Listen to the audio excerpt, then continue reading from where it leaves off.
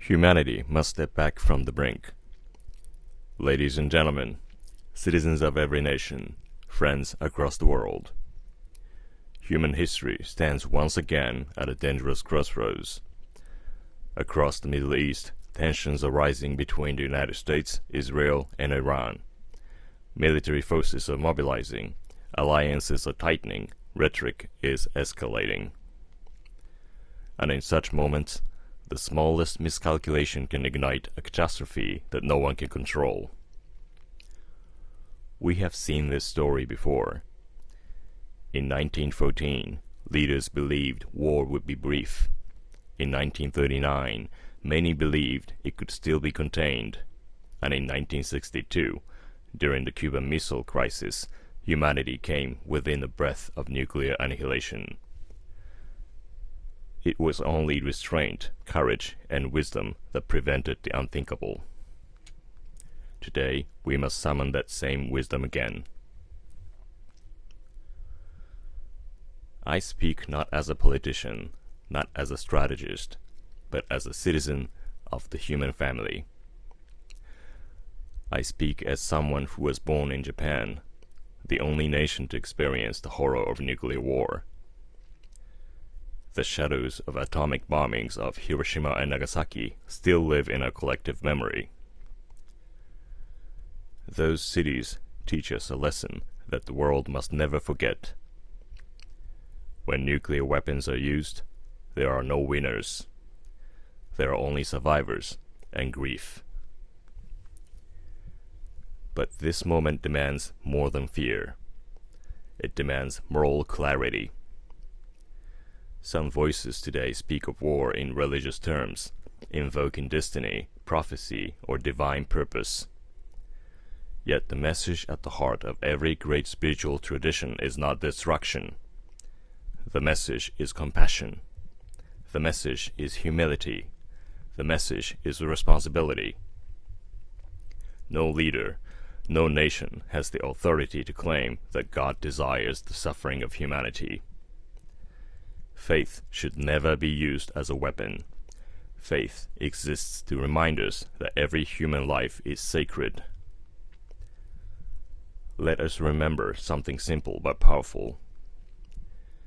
The American mother who worries for her child, the Iranian father who hopes for peace, the Israeli family seeking safety, the Japanese citizen remembering the past, all share the same dream: to live, to love, to build a future for their children. War threatens all of them equally. History has shown us another truth. The greatest leaders were not those who rushed toward war. They were those who stepped back from it. When the world faced nuclear confrontation in 1962, John F. Kennedy and Nikita Khrushchev chose dialogue over destruction. Their courage did not lie in launching missiles. Their courage lay in stopping them. That is the courage our leaders must show today. Therefore, I call upon the international community to pursue immediate de-escalation, to reopen diplomatic channels, to strengthen international law, to ensure that nuclear weapons are never used again. And I call upon citizens everywhere: raise your voices for peace, demand wisdom from your leaders, refuse the politics of fear. Because the future of humanity must not be decided by anger, ideology, or revenge. It must be guided by conscience. We live in an age where our technology can destroy the planet. But we also live in an age where our awareness can unite the planet. The choice before us is simple. We can continue down the path of escalation, or we can step back and remember who we are. Not enemies, not tribes, but one human civilization sharing one fragile world. Let this be the moment when humanity chose wisdom over war. Let this be the moment when leaders chose restraint over destruction. Let this be the moment when we remembered that peace is not weakness. Peace is the highest form of strength. So I ask the nations of the world, step back from the brink. Choose dialogue over devastation. Choose humanity over hatred. Choose the future over the flames of war. Because the destiny of our species must never be written on the battlefield. It must be written in the courage of those who choose peace. Thank you.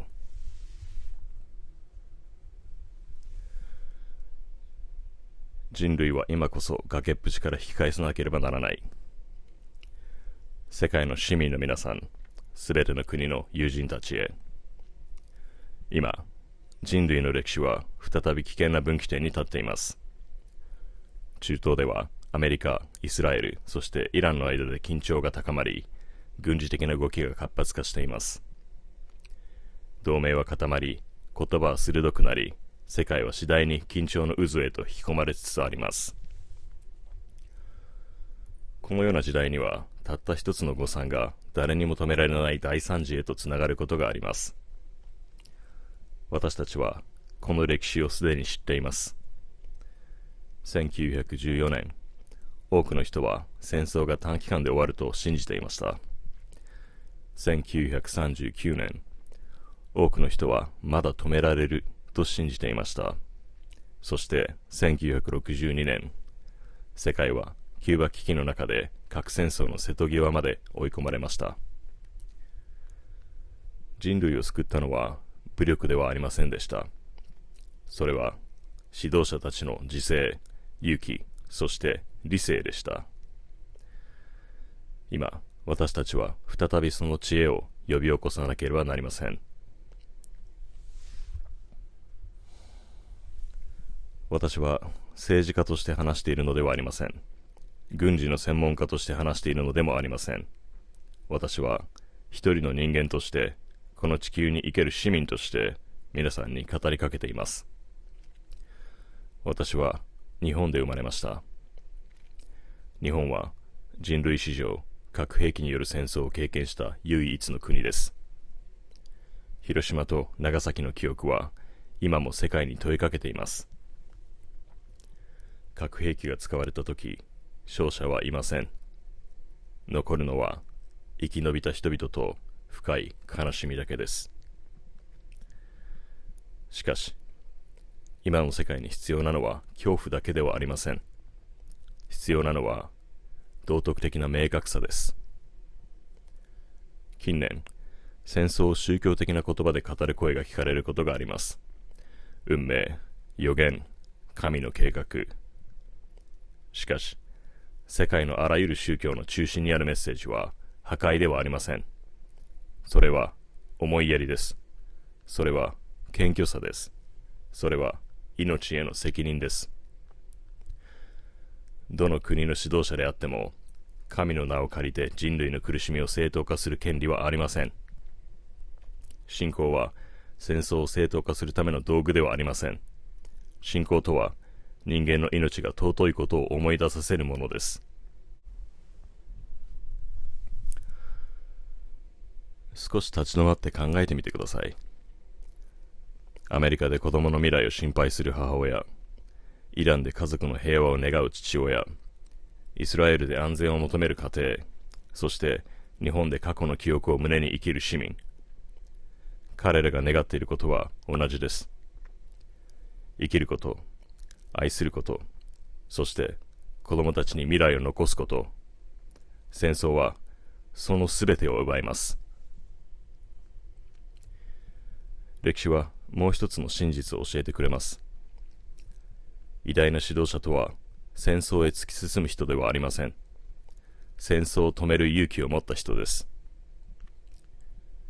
キューバ危機の時、アメリカのジョン・ F ・ケネディ大統領とソ連のニキータ・フルシチョフ首相は核戦争の可能性を前にして対話を選びました。彼らの勇気はミサイルを撃つことではありませんでした。撃たないことでした。今こそその勇気が求められています。